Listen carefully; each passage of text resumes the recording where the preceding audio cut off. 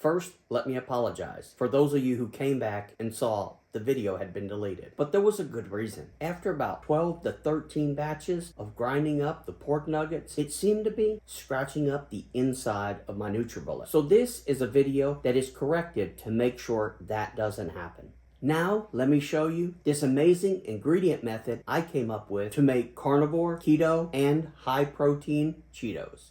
Alright, so we're going to need a scale for this first part. You're going to go ahead and weigh out 1 ounce cheddar cheese, and I recommend using extra sharp cheese.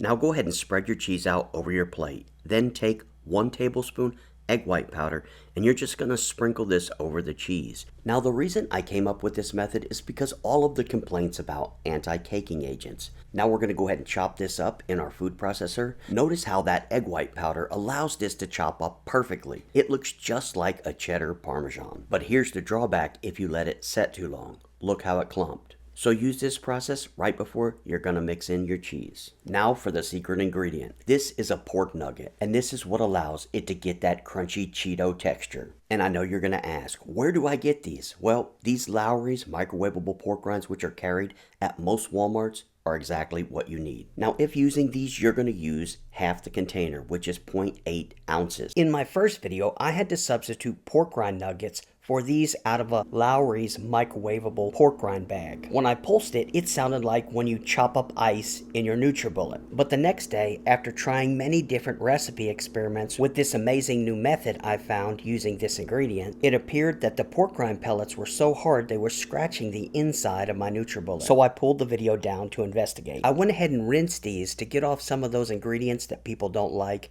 and see if it softened them up a little bit. And as you see, it did here. Look, I can actually break this one between my fingers, but I'm still not really comfortable with grinding these in the NutriBullet. While it seemed like a much better way to do this in the NutriBullet, I'm not 100% convinced it would not scratch the inside, so I looked at another piece of equipment I have, and it's not a cheap option, but it worked perfectly. This is a KitchenAid grinder mill. It's really designed for grains, but it chops these up perfectly. And while this isn't the cheapest method, it is the method I would advise. Now you're going to need 0.8 ounces, which is half of that Lowry's bag for this recipe. Now you don't want to mix this in the bowl. It just won't incorporate well. You're going to need to put it in your food processor or NutriBullet. Now go ahead and give your mixture a couple bursts. Then you're going to add it to a bowl and add 1 tablespoon water.